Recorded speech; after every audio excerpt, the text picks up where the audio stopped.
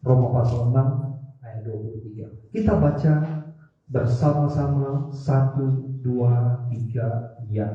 Sebab manusia ialah maut, tetapi karunia Allah ialah hidup yang kekal dalam Kristus Yesus Tuhan kita. Saya ulangi sekali lagi.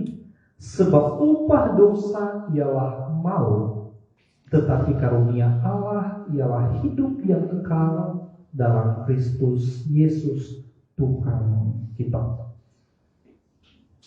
Bapak Ibu, kita diciptakan sebenarnya, kalau kita lihat dalam kitab Kejadian tentang penciptaan manusia, kita ini diciptakan sempurna. Apa? Sempurna. Sekali lagi, kita diciptakan apa? Sempurna. Yes, sempurna. Segambar dan serupa dengan Allah. Ini poin pentingnya nih. Poin penting yang pertama bahwa ketika kita diciptakan oleh Allah, manusia pertama yang oleh Allah adalah Adam dan Hawa. Itu adalah sempurna, ya, tanpa celah. Baik itu secara fisik sempurna dan juga secara roh sempurna. Apa yang membuktikan bahwa Adam dan Hawa itu sempurna? Salah satunya Bapak Ibu adalah dia bisa bergaul dekat dengan Allah. Satu-satunya manusia yang bisa bergaul dekat dengan Allah dan tatap-tatapan dengan Allah, ngobrol ngopi bareng, barangkali kalau masa sekarang, itu adalah hanya Adam dan Hawa. Kalau kalian pernah baca kitab Kejadian, pada sore hari ketika Allah berjalan-jalan di Taman Eden dan sedang mencari manusia itu, artinya bahwa sore hari kadang-kadang Allah itu berjalan-jalan melihat ciptaan, ketemu dengan Adam. Hai Adam, lagi ngapain kamu? Ini Tuhan ini lagi berkebun, lagi istirahat. Nggak ada manusia setelah Adam dan Hawa bisa langsung tatap-tatapan dengan Allah, bisa langsung ketemu dan ngobrol santai dengan Allah. Lalu apa yang menyebabkan semuanya bisa berubah 180 derajat? Bapak Ibu adalah kejatuhan, kisah kejatuhan manusia ke dalam dosa. Itu adalah titik balik yang sangat fatal tentang sejarah kehidupan kita, baik secara fisik maupun secara rohani. Kenapa demikian? Ya, saya tidak ulas lagi bagaimana Adam dan Hawa jatuh ke dalam dosa. Saya pikir di sekolah ini kita sudah pernah pelajari dan juga masih ingat bagaimana ular menggoda manusia untuk melakukan dosa. Bapak Ibu, ketika manusia itu jatuh ke dalam dosa, maka ada sebuah jurang yang sangat dalam yang memisahkan antara manusia dengan Allah. Kenapa? Karena Allah itu adalah kudus. Apa? Ulang sekali lagi, Allah itu adalah kudus, tanpa celah, suci. Maka dia tidak bisa bercampur dengan dunia kegelapan. Dia tidak bisa bercampur dengan dosa manusia. Maka ketika Adam dan Hawa melakukan dosa pertama dalam dunia ini, melanggar titahnya Tuhan, firman Tuhan, maka pada saat itu juga putus hubungan secara rohani dengan Allah. Maka ada pemisahan. Makanya Tuhan itu dalam Al-Quran menyuruh orang itu keluar dari Taman Eden, menjauh daripada sebuah tempat yang kudus. Kalau Taman Eden itu kan diibaratkan dengan surga, diusir dari sana. Maka mulailah penderitaan manusia. Mulailah dia mengalami penderitaan, mulai mengalami luka. Maka dia saat itu startlah yang namanya kematian. Bapak Ibu, kalau kita pelajari Alkitab secara kompleks, kalau manusia tidak jatuh dalam dosa, maka tidak pernah ada kematian yang kekal. Sekali lagi saya ulangi, Kalau manusia tidak jatuh ke dalam dosa, maka tidak ada kata kematian. Nah, kematian ketiga, ya. Kematian yang pertama adalah kematian secara rohani. Kematian secara rohani ini kita alami ketika kita berbuat dosa. Jelas ini.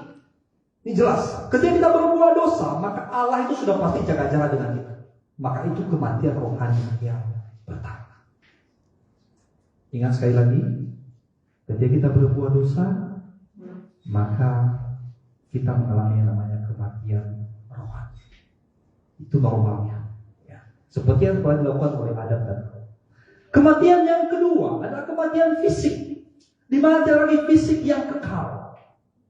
Nah, dan itu sudah dimulai sejak masa Adam dan Hawa. Ya. Dan firman ini tadi jelas mengatakan bahwa upah dosa adalah maut. Maka kematian yang ketiga ini yang paling mengerikan, yaitu kematian yang kekal. Ya. Masuk ke dalam kerajaan maut. Nah, Bapak Ibu, maka apa yang menjadi hal manusia itu bisa diselamatkan? Bagaimana manusia itu bisa diselamatkan? Nah, kalau kita pelajari dalam PL Perjanjian Lama, terutama dalam kitab Imamat, ya. Sekali lagi, terutama dalam kejadian kitab Imamat, kita akan mempelajari bagaimana manusia itu diatur oleh Tuhan supaya memberikan korban atas setiap kesalahan dan dosa yang dilakukan. Ya, terutama itu ada, nanti silakan dibaca Imamat pasal 4. Ya, nanti itu diuraikan di sana. Ya, apa yang terjadi, apa yang harus dipersembahkan ketika seorang imam, ketika seorang gembala, ketika seorang penatua gereja, ketika seorang pelayan gereja melakukan dosa, apa yang dilakukan. Begitu juga dengan apa yang dipersembahkan ketika seorang rakyat jelata atau jemaat itu berdosa.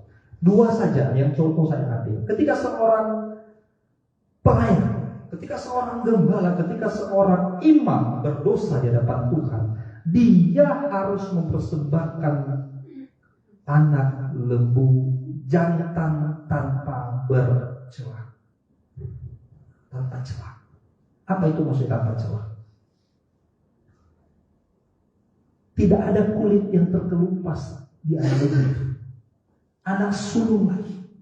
Dia betul-betul dipilih dari ribuan lembu itu, dicari yang paling tambun, yang paling subur, dicari yang paling segar, dicari yang paling sehat, tidak tutuan gitu.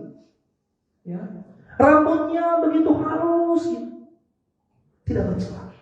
Bahkan dalam beberapa aliran Kristen itu dinyatakan bahwa rambutnya itu harus sama warnanya. Kalau putih, nggak boleh di telinganya ini ada yang hitam gitu, nggak boleh. Putih semuanya. Bapak Ibu, kalau kami pelayan hari-hari ini melakukan dosa, setiap melakukan dosa harus mempersembahkan lembu jantan. Anggap aja lah sapi ya kalau sekarang ya. Harganya berapa? Itu baru dosa yang dilakukan tanpa sengaja, Bapak Ibu. Nanti akan disembelih, dibawa ke dalam mezbah, dipersembahkan.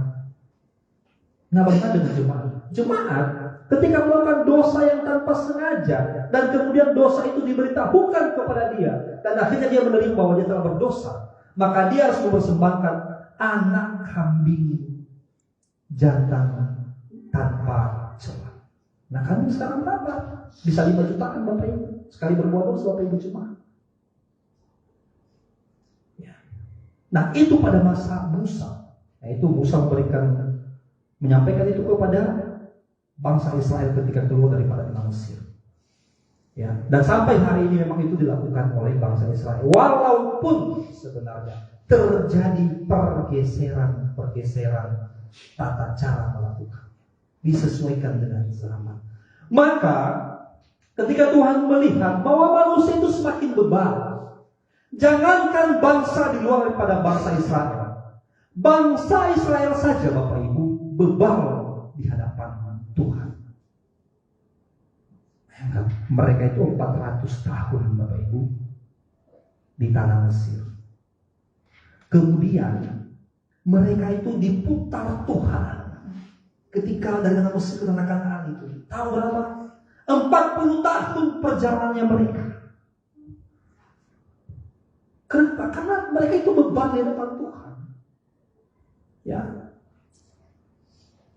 Keras kepala ketika ditegur. Nah, mereka malah melawan kepada Tuhan. Nah, kita lihat juga di kisahnya mereka sampai dengan Raja Daud, kemudian pembuangan di Babel, kerajaan hancur, dibuang ke Babel dan lain sebagainya. Sampai dengan masa Nabi-Nabi. Ya. Nah, Bapak Ibu, Tuhan melihat bahwa ini tidak mungkin dilakukan oleh semua umat manusia supaya mereka selamat. Sedangkan titah itu diberikan hanya kepada bangsa Israel, menyembelih lembu dan lain sebagainya. Lalu bagaimana dengan bangsa yang lain? Bagaimana dengan keturunan-keturunan manusia yang lain? Maka Tuhan memberikan satu cara untuk menyelamatkan kita. Silakan dibuka kembali tadi ayat yang pertama. Roma 6 ayat 23. Bapak Ibu jelas, kalau kita melihat ayat ini, sebab upah dosa ialah maut, tetapi karunia Allah ialah hidup yang kekal dalam Kristus Yesus Tuhan kita. Bapak Ibu, setelah manusia jatuh ke dalam dosa, ada dua sifat Allah yang sangat bertentangan. Ya. Ada dua sifat Allah yang sangat bertentangan. Yang pertama adalah Tuhan itu adalah Maha Adil, yang menghukum setiap kesalahan. Ya, sekali lagi, sifat Allah yang pertama adalah Tuhan itu adalah Maha Adil. Tapi di sisi lain Dia adalah Maha Kasih dan Penyayang. Ya, kita lihat di sini. Tetapi karunia Allah ialah hidup yang kekal dalam Kristus itu Tuhan kita. Artinya bahwa ketika Tuhan itu Maha Adil sekaligus Maha Kasih, maka susah untuk menggabungkan keduanya tanpa ada yang harus dikorbankan. Nah, makanya Tuhan Yesus kemudian melalui para nabi dinubuatkan. Ya.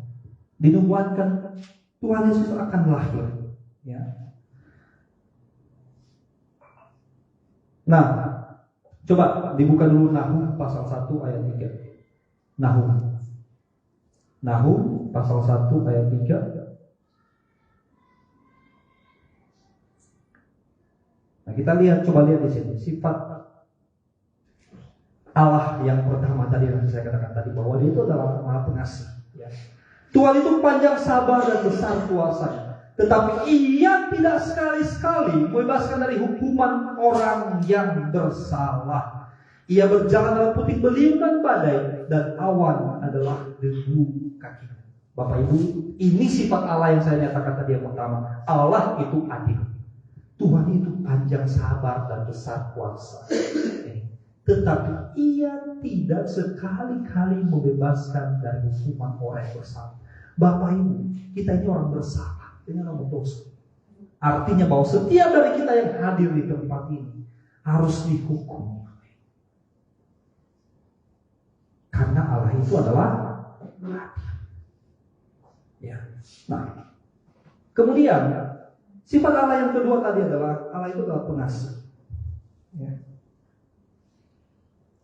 Kita bisa lihat di Yohanes pasal 3 ayat 16. Ya.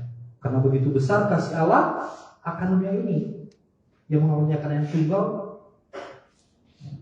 supaya kita diselamatkan. Ya. Itu jelas. Jadi dua sifat Allah ini kemudian bertentangan satu dengan yang lainnya ketika manusia jatuh ke dalam dosa. Maka Kristus lahir ke dunia. Kenapa harus Kristus yang lahir? Kenapa harus Kristus? Karena tidak ada satupun manusia yang tidak berdosa. Kita lihat sifat Kristus apa sih? Ya, sifat Kristus selama hidup itu apa? Ada dua. Yang pertama adalah Kristus itu bersifat 100% manusia. Jadi Kristus ketika di dunia itu 100% manusia. Ini bisa dinyatakan pada kitab Ibrani pasal 4 ayat 15. Coba dibuka, Ibrani 4 ayat 15.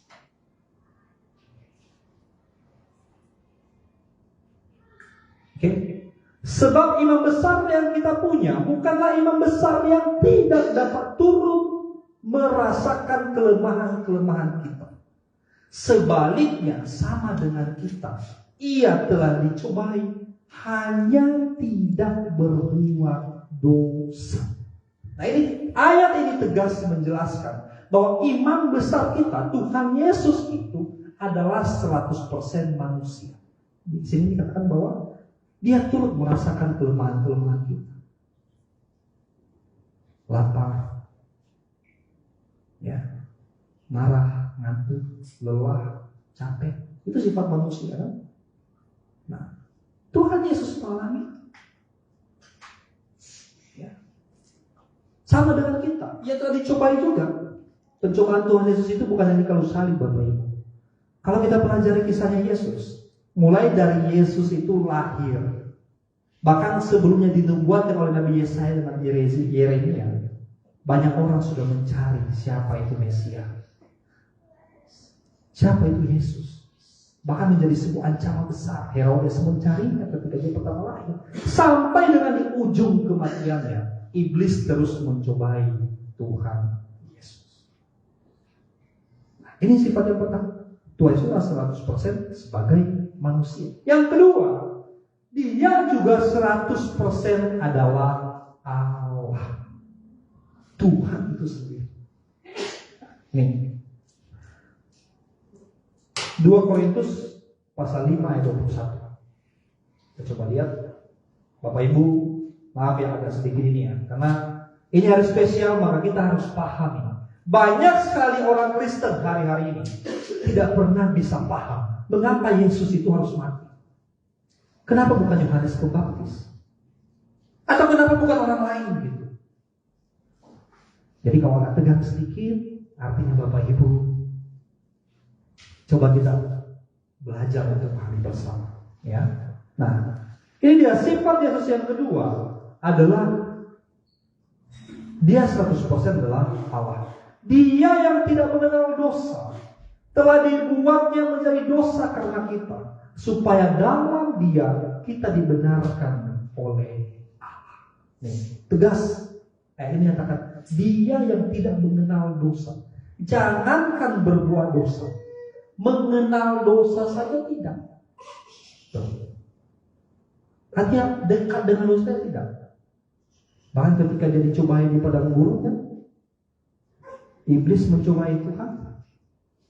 Dia tidak berdosa di sana. Ya.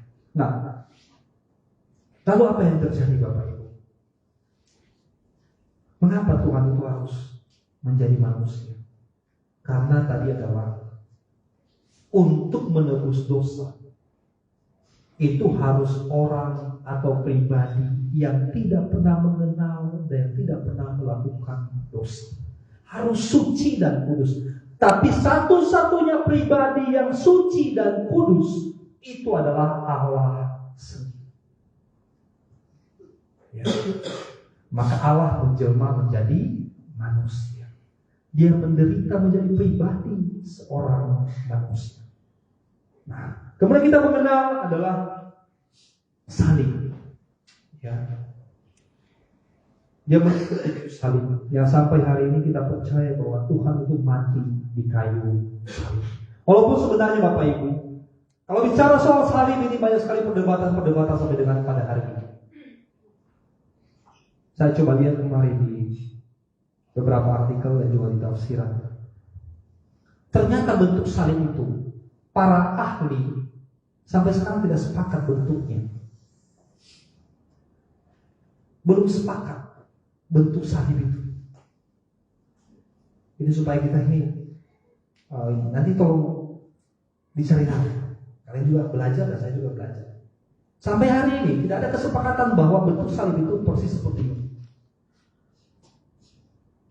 Karena Alkitab ditulis itu tiang pancang.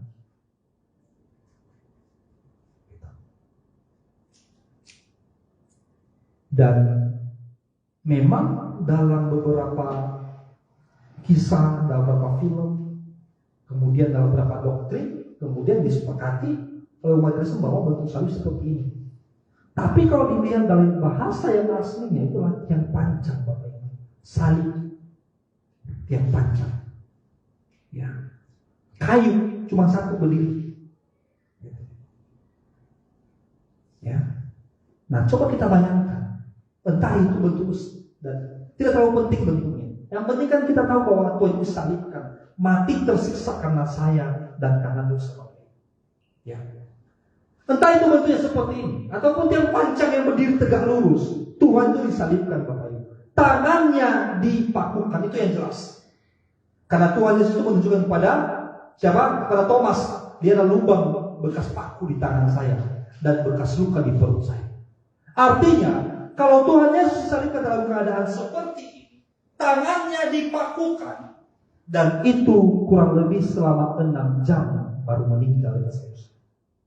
Dari jam 9 tadi sampai dengan jam 3 sore. Darah bercucuran, panas terik, dicucukkan di mulutnya asam ketika dia haus. Ataupun tiang panjangnya, salibnya seperti ini, satu di atas. Karena kalau satu tiang berarti Tuhan itu dipaku dengan bentuk tangan di atas seperti ini, digantung seperti ini. Bisa bayangkan, jangankan digantung dengan dipaku seperti ini, kita bergelantungan 2 menit saja seperti ini, Bapak Ibu. Tangan kita sudah pegalnya di tangan. Ya, bayangkan itu penderitaan Tuhan Yesus. Nah, kenapa jalan salib yang dipilih? Ya. Kenapa Tuhan Yesus itu harus dipilih mati dengan penyaliban? Ternyata pada masa Romawi, dosa yang paling tidak dapat diampuni, melawan kepada negara ataupun menjadi pembunuh, menjadi pemberontak dan sebagainya. Kita coba lihat kehidupan 2 orang di sisi kiri dan kanan Tuhan Yesus. Itu adalah dosa yang tidak dapat diampuni. Itu disalibkan. Kenapa disalibkan? Ternyata ketika disalibkan pada masa itu, yang pertama adalah orang yang disalibkan itu ditelanjangi. Itu telanjang. Ya. Jadi Tuhan Yesus sudah kita bayangkan, mungkin ada selai kain saja untuk menutup bagian tertentu. Tapi dalam banyak kisah, dalam banyak artikel dinyatakan bahwa sengaja orang yang disalibkan itu ditelanjangkan untuk dibukakan mata semua orang bahwa ketika kamu berbuat kesalahan ini, maka kamu akan seperti ini. Bapak Ibu, ketika kita melakukan dosa, itulah yang kita sebenarnya. Kita disalibkan. Kemudian Tuhan percepat proses kematian pada masa itu. Orang yang disalibkan dicambuk supaya darahnya itu keluar. Dicambuk. Nah, disiksa dengan berbagai macam pemukulan oleh Tuhan. Kemudian diarahkan ke tempat yang jauh supaya dia lelah. Sehingga ketika dia lelah, sudah sampai di kayu salib, tidak lama kemudian mati. Tapi ternyata pada prosesnya, Bapak Ibu, kematian di kayu salib itu tidak bisa secara instan. Ya. Saya baca artikel bahwa bisa sampai ada yang bertahan sampai 2-3 hari di atas kayu salib baru mati. Tapi Tuhan Yesus itu adalah sekitar jam 3 sore dia kemudian mati. Ya. Nah, Bapak Ibu, lalu apa? Kenapa Tuhan itu harus mati untuk kita? Ya. Yesaya pasal 53 ayat 4 sampai dengan 6.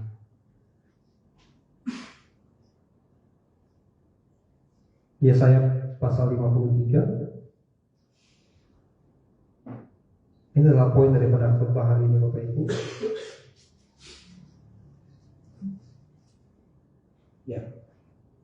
Yesaya 53 ayat 4 sampai dengan 6. Tetapi sesungguhnya penyakit kita lah yang ditanggungnya. Jadi poin yang pertama di kayu salib, kenapa Yesus itu harus mati, adalah menanggung penyakit kita.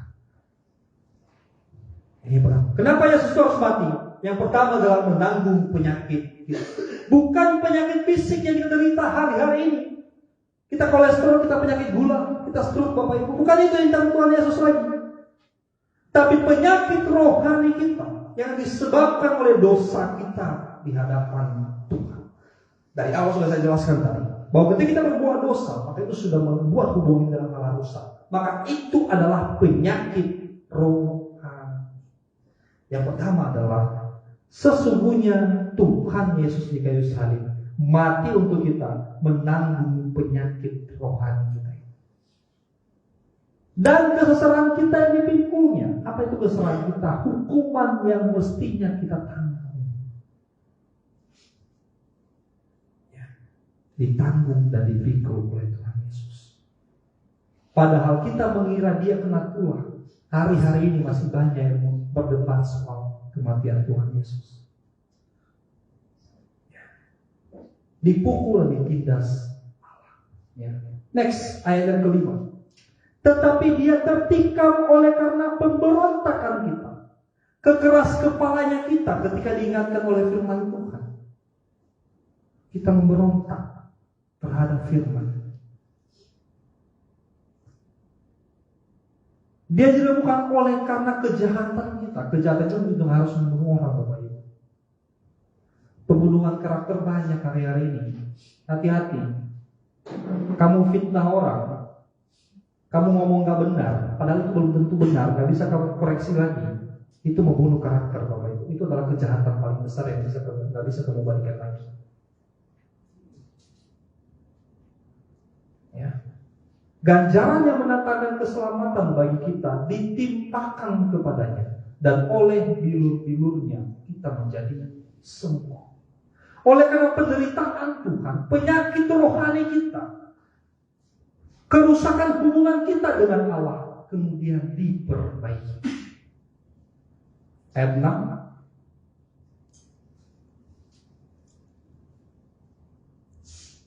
Ayat 6. Next. Kita sekalian sesat seperti domba. Masing-masing kita mengambil jalannya sendiri. Tetapi Tuhan telah menimpakan kepadanya kejahatan kita sekalian. Ini esensi kenapa Tuhan harus mati. Kenapa Kristus harus mati? Untuk menanggung semuanya. Yang harusnya kita yang menanggung itu. Terakhir.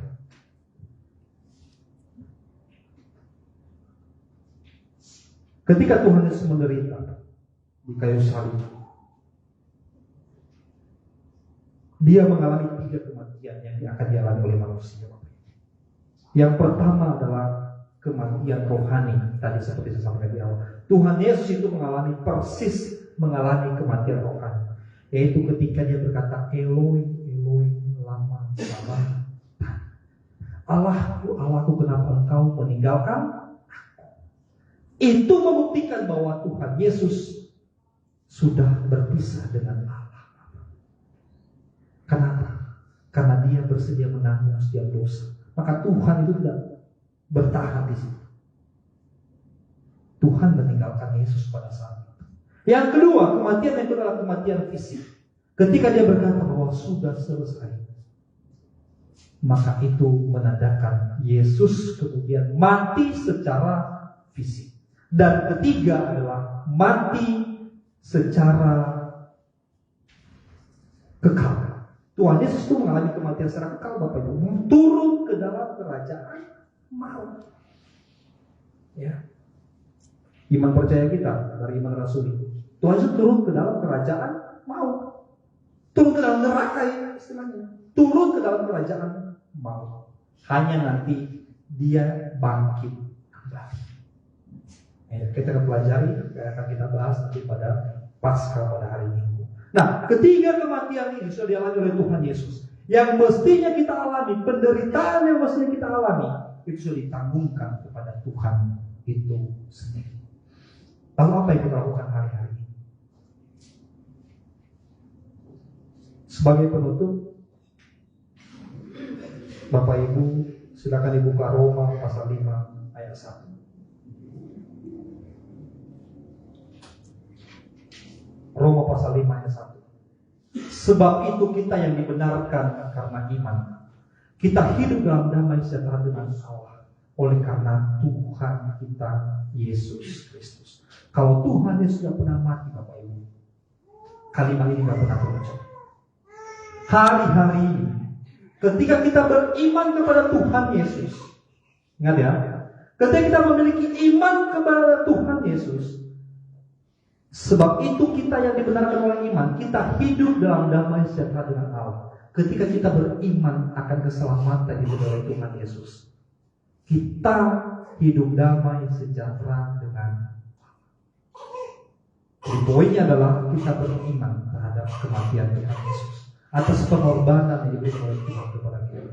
Kemudian ayat yang kedua adalah Galatia 3 ayat 11.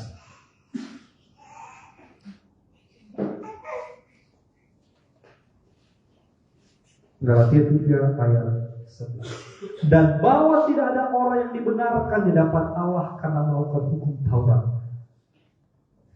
Jelas, karena orang yang benar akan hidup oleh iman. Kalimat yang terakhir, orang yang benar akan hidup oleh iman. Kita baca 1, 2, 3. Orang yang benar akan hidup oleh iman. Sekali lagi, 1, 2, 3 ya. Orang yang benar akan hidup oleh iman. Ada amin? Demikian firman Tuhan.